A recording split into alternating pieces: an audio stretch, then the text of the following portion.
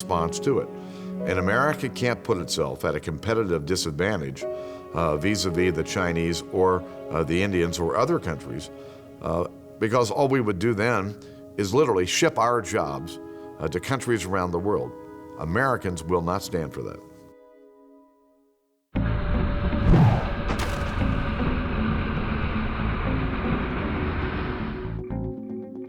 Today, coal is the #1 fuel source for generating electricity worldwide. The United States has over 28% of the world's coal, more than any other country on Earth, enough to last another 250 years.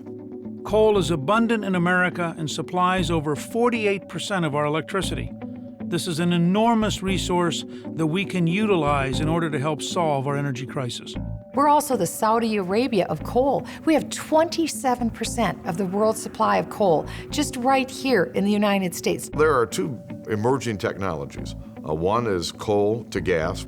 Then you've got the whole coal to liquid technology. One process would catch the pollutants and then recycle them, so you're reburning those as well. And the other is to simply capture the carbon that would be emitted to the atmosphere and then hold it or bury it. The Chinese are building the equivalent of one coal plant a week. And I think part of the reason that America has very clean air, particularly compared with 40, 50 years ago, is because we have restricted and cleaned up our coal emissions. Clean burning coal is the idea that we get as close to zero emission coal-fired power plants as we can. With clean coal, we get the benefits of the resource without the traditional dirty side effects of past decades.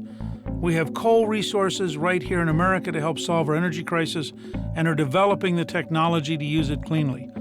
But it will require real change to get there. The only thing holding us back is our own broken energy policy.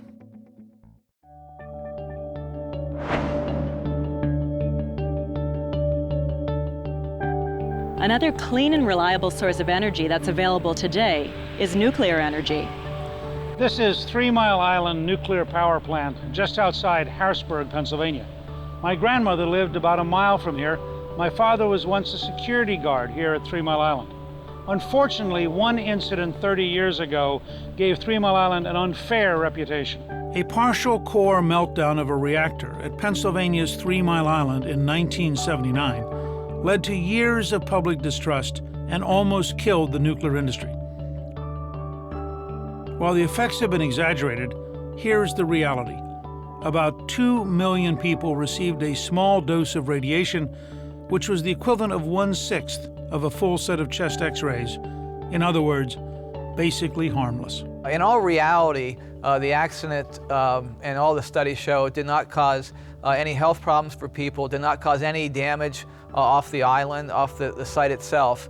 It was all contained inside the containment building at 3 Mile Island. There was a film that just happened to come out at the time called The China Syndrome that over-dramatized the dangers, and that combination of a cultural event and a real event, which in retrospect was a very, very small one. And we have not had a plant built in 30 years. What nuclear means for us, and because back then they said, just we're not going to do it, we're going to give it to other countries, which we did. We're not going to build it, it's not safe.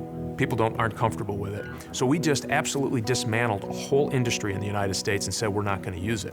Well, we can't do that any longer. Meanwhile, Japan has built 40 new nuclear power plants with 11 more underway, while France has built 56 plants. And 80% of the electricity produced in France comes from their nuclear industry. 80%. America produces about 20% of its energy from nuclear sources. If the French can do it, I know we can do it. If the United States produced as much nuclear power as France, there'd be 2.2 billion fewer tons of carbon dioxide in the atmosphere each year. Even with the accident at 3 Mile Island, nuclear power in the United States has proven to be very, very safe and reliable. Nuclear power is easily the greatest, cheapest, easiest form of energy that we could create in this country, and it's safe, it's emission-free, and there is absolutely no reason why we shouldn't go full bore on nuclear power in the United States. The incident at 3 Mile Island may have been the best thing that ever happened to the nuclear power industry. It led to permanent and sweeping regulatory changes that have improved public safety and advanced the design and operation of all nuclear facilities. All U.S. nuclear power plants are closely monitored by the Department of Energy and the Nuclear Regulatory Commission to ensure that 30 years of incident-free production continues long into the future. We must listen to the American people. 64% of all Americans support nuclear energy, and 62% support building more nuclear power plants. Well, I think for the first time now in the 21st century, nuclear is on the table, being given equal consideration. And we're seeing that happen. So today, there are 18 applications to build new nuclear power plants that the Nuclear Regulatory Commission is considering. The next generation of nuclear power plants is expected to become operational by 2030. But it will take 35 new nuclear plants by then just to maintain nuclear energy's current share of total U.S. electricity production. The process today is about a 15-year process. And so for companies who are interested in building a nuclear power plant, they've got to start down this path. They have to invest billions and billions of dollars, and maybe at the end of this 15-year process, they get a permit to actually run the plant. If we develop more nuclear power, we get more energy and reduce emissions at the same time. This is why nuclear power is one of the best examples of common sense environmentalism. We don't have to choose between conservation and prosperity. We can have both. We can deliver more electricity into American homes and businesses from nuclear sources than we ever can from oil, water, or gas. It's cleaner and more abundant. We ought to get to it, because if we want that diversified energy source, you just can't say no to everything. And nuclear is one of those sources that might offer us a way forward. Since diversity is a critical component of any intelligent energy policy, no single source of energy represents the entire solution. But without a doubt, nuclear energy must be a vital part of any comprehensive energy policy.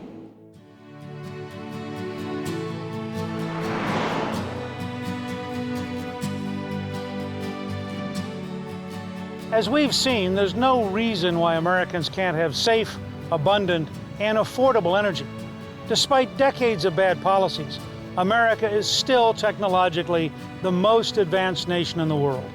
These energy strategies are appropriate and timely for all Americans. They're good for our country, good for our economy, and good for our environment. It's our opportunity and our obligation. The basic issue is to get ourselves off oil for transportation as quickly as possible. Principally, energy is an economic security issue, but our economic security underpins our national security, and so they are directly related. Whoever controls your fuel will control your freedom. And when it comes down to it, that's what America is about. That's the essence of our country, is freedom. And we are losing our freedom when we lose the right to control our fuel. The average American makes $45,000 a year before taxes, maybe $35,000 after taxes. So here's a third of disposable income is going for oil, up from 3% in 1999. Is it any wonder that these people aren't buying houses? So this is what's collapsing the housing market, which is what's collapsing the mortgage market, which is collapsing the banks. And there goes Bear Stearns and Fannie Mae and Freddie Mac and Lehman Brothers and all the rest. We're having a full-scale crash going on here, and it's affecting the industrial economy directly too. We've got plenty of energy, we've got plenty of oil, we've got plenty of natural gas, we've got plenty of alternatives. The cupboard is not bare, but we've got to open the cupboards to find out what's in there. You drill offshore, you drill in the Arctic, you develop oil shale, you work on high technology, you work on solar, you work on wind, you work on every possible alternative at the same time. You've heard from the experts. The conclusion is obvious. What America needs today are policy choices to increase, not decrease, energy production. Increased drilling must be the immediate first step to overcoming the energy crisis. The natural resources are there. We just need the government to allow us to use them. We can't afford to have 70% of our oil coming from overseas. We can't afford to send $700 billion of hard-earned American money to countries around the world, many of whom who don't like us. ANWR alone won't do it, but we have to have ANWR. Hydroelectric won't do it in and of itself, but we have to have hydroelectric. We have to have wind where it makes sense, solar where it makes sense. We have to have nuclear, because it does make sense. Any time that we can have an energy source that is American-made and American-consumed, that's a winner for us, because that's a barrel of oil that we don't buy from Hugo Chavez or Vladimir Putin or some Saudi prince. It's also about honoring the sacrifice of our parents and grandparents by giving our children and grandchildren a better America than the one we inherited. We are can-do people. We're not victims. We're not folks that are beholden to, should be beholden to anybody else. It's not just enough to do something. We've got to do the right thing to solve the problem. We have to have a real solution, not a political solution. In the 20th century, we defeated and destroyed 5 huge empires, all of which were absolutely committed to our destruction. The German Empire of the World War I era, the 3 Axis powers of World War II, and Soviet Union. They're all on the ash heap of history. We're still here. We can do what we need to do. But we have to have that same kind of belief in who we are and what we do. It is a World War II mentality. We should learn from the past and take the necessary steps to ensure that we can meet America's energy needs for the future. This is a war for the future that we're waging here. If we allow these people, if we allow their power to continue to grow, if we keep paying $1.5 trillion this year to them, and then we allow them to raise the price of oil to $200 a barrel next year, so we pay them $2.5 trillion, $3 trillion next year, $4 trillion after that, very rapidly they will be taking control of all the governing institutions and corporations in the United States, Europe, Japan. Freedom will have no home. This is what's at stake. We have to break their power. And the way to do it is to destroy the value of their oil monopoly. We have the power. America needs your help in sharing this message with your congressmen and your senators. The time to act is now.